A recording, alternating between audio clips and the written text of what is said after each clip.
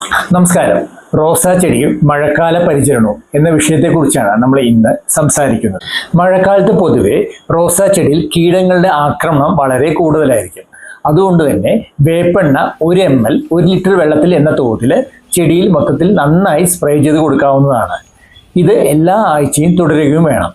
എന്നിട്ടും കീടങ്ങളുടെ ശല്യം കൂടുകയാണെങ്കിൽ മാത്രം നമുക്ക് കെമിക്കൽ പെസ്റ്റിസൈഡ്സ് യൂസ് ചെയ്യാവുന്നതാണ്. മഴക്കാലത്ത് ഏറ്റവും കൂടുതൽ കാണുന്ന ഒരു പ്രശ്നമാണ് ഇലപ്പുള്ളി രോഗം. അതായത് ചെടികളുടെ ഇലകളിൽ കാണുന്ന ഒരു കറുത്ത പുള്ളികളാണ്. ഇതൊരു ഫംഗൽ ബാധയാണ്. ഇതിനായിട്ട് സ്യൂഡോമോണസ് അതല്ലെങ്കിൽ ട്രൈക്കോഡെർമ പോലുള്ളവ ചെടിയിൽ സ്പ്രേ ചെയ്ത് കൊടുക്കുകയും തടത്തിൽ ഒഴിച്ചു കൊടുക്കുന്നതും നല്ലതാണ്. ഇനി കെമിക്കൽ യൂസ് ചെയ്യുന്നവർക്കാണെങ്കിൽ സാഫ് പോലുള്ള ആൻറ്റി ഫംഗൽ പൗഡേഴ്സും യൂസ് ചെയ്യാം.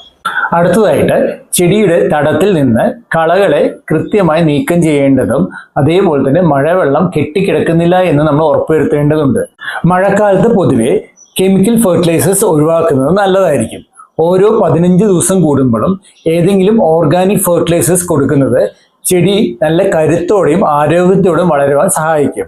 ഈ കുറച്ച് കാര്യങ്ങൾ ശ്രദ്ധിക്കുകയാണെങ്കിൽ നമുക്ക് ഏത് പെരുമഴക്കാലത്തും നമ്മുടെ റോസാ ചെടി സേഫ് ആയിരിക്കും. ഇനി കൂടുതൽ ഗാർഡനിങ് ടിപ്സുമായി നമുക്ക് അടുത്തൊരു വീഡിയോയിൽ കാണാം. അതുവരെ please keep watching and supporting. Subscribe ചെയ്യാൻ മറക്കരുത്. Okay, by.